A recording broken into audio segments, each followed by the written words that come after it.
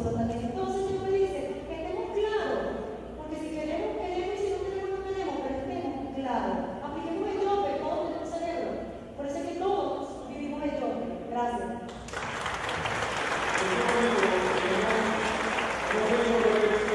Ante lo que hemos conocido y lo que estamos descubriendo. Antes de lanzar esta pregunta, una pregunta interesante, yo diría que es muy profunda, seguro la palabra tiene mucho que respondernos, digo lo mucho cuando la profundidad a la cual se refiere la pregunta. Quiero poner un poco en la reflexión, cuando hace unas horas, tal vez hace una hora o dos, se lanzó de una manera muy inteligente, acudiendo a la Real Academia Española, la palabra diáspora, y todo aquello. Recordemos, y en dos líneas lo quiero decir, por supuesto no vamos a abundar mucho, no es mi intención, pero quiero lanzar una reflexión en torno a esa idea muy buena, muy interesante, por supuesto.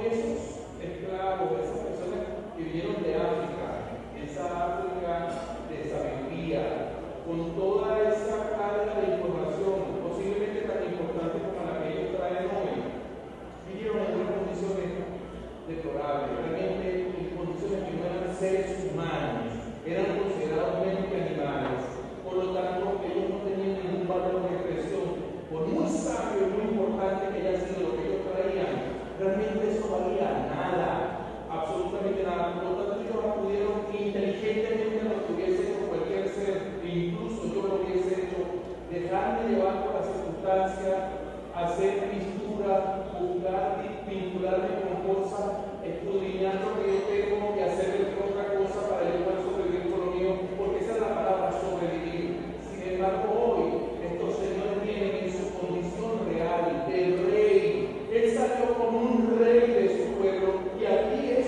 un rey, por lo tanto su palabra vale aquí y en cualquier país del mundo hoy, porque él es un esclavo, él está viviendo en condición de esclavo, él está viviendo en la condición de sus ancestros, pero que no se le dio la oportunidad porque no vivíamos en la sociedad en la que vivimos hoy, en la que podemos comunicarnos interracialmente. Aquí hay un universo de gente que observa diversas razas y por supuesto que seguramente hay de esos ustedes de manera y punto de vista. En aquel momento era el punto de vista del blanco, el negro no valía. Es una reflexión con relación a la diáspora. Yo le quería decir, sí, este señor vive en una diáspora, pero de respeto, en su condición de rey.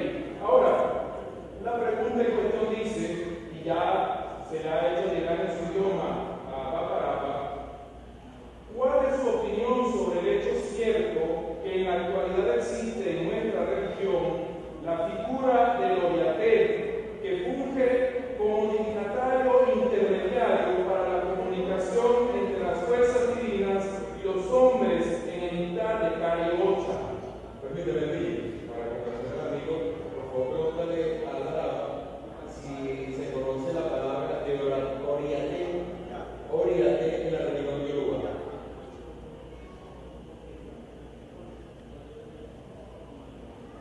Dale el micrófono para que responda.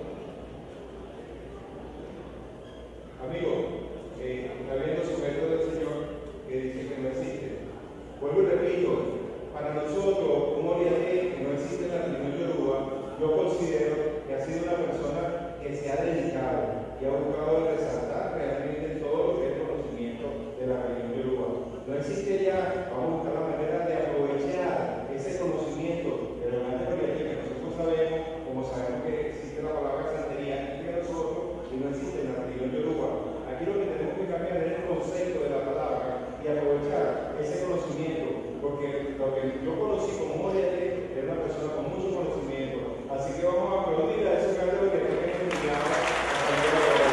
Y lo que hacemos es mirarlo, que realmente porque es importante destacar, fíjense que lo que teníamos en la santería, esto nada más es el santero y esto nada más lo hablaba. El santero no fue leer el espíritu, señores, eso es falso. Y no hay una sola palabra, los otros hablan de una sola forma, no están divididos, todo es el mismo proceso. El que yo ve en mujer o en hombre, lo vive aquí, lo vive allá, solo tiene cambio, si es en cosa, en santería, es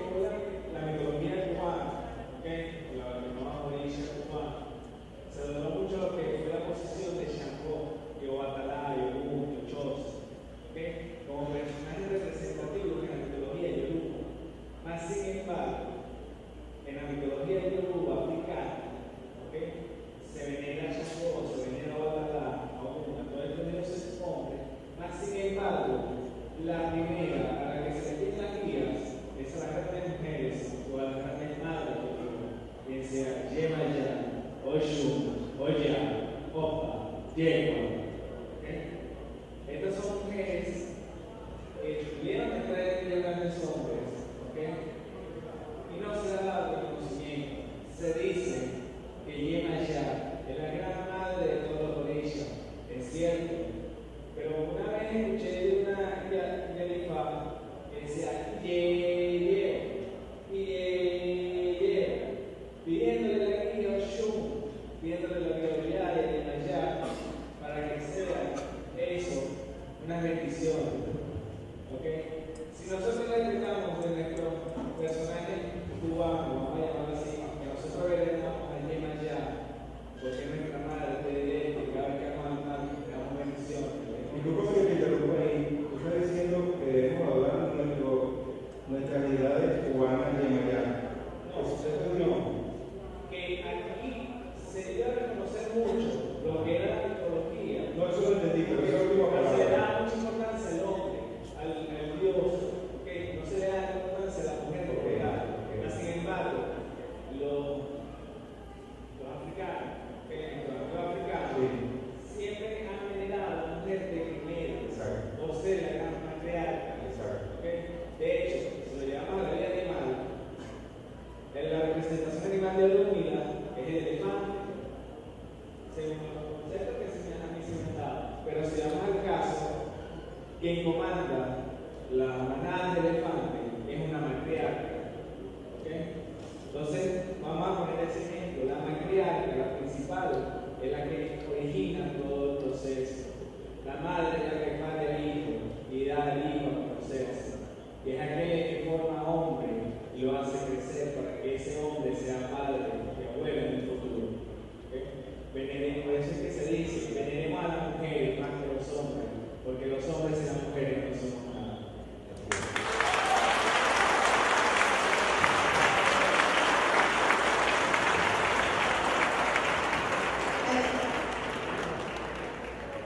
¿Otra persona?